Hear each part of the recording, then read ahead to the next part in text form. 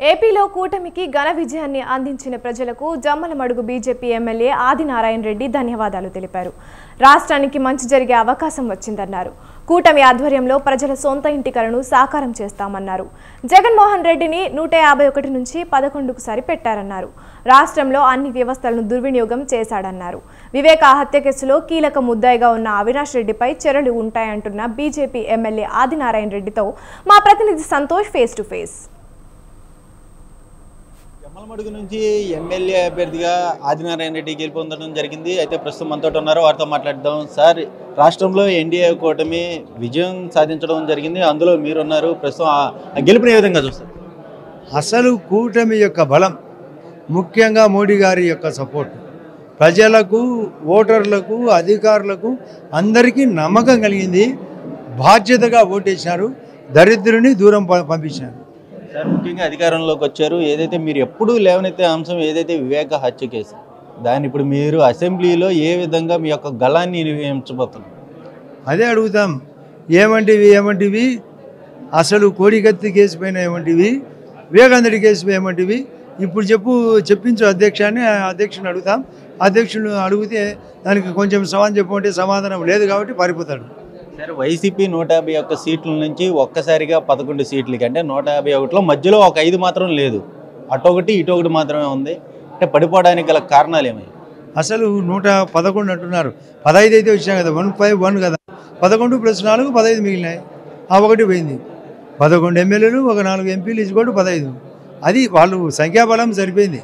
ఆ ఒకటి చివరి ఒకటి మిస్ అయింది. 11 + 14 15, దట్ ఈజ్ కరెక్ట్.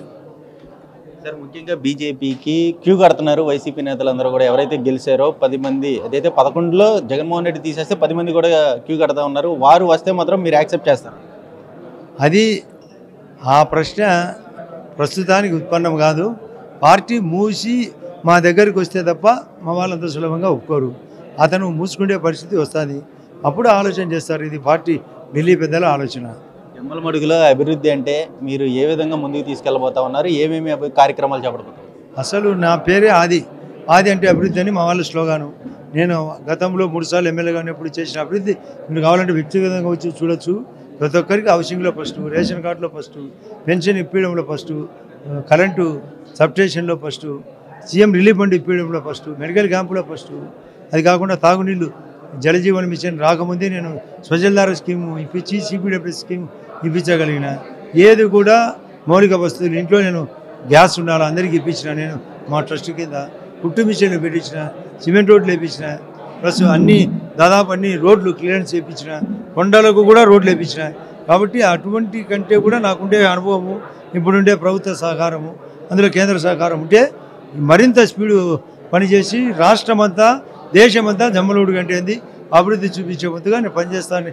నిన్న మా వాళ్ళకి మాట చెప్పినా 100 డేస్లోనే మళ్ళీ మీరు అడగచ్చు అని చెప్పినా ఆ పద్ధతిలో పోతా.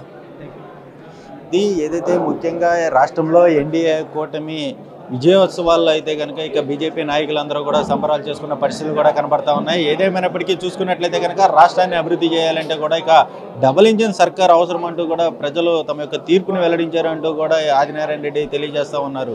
వీడియో జర్నలిస్ట్ మల్లిబాబుతో సంతోష్, స్వతంత్ర రెడ్డి, విజయవాడ బీజేపీ కార్యాలయం నుంచి.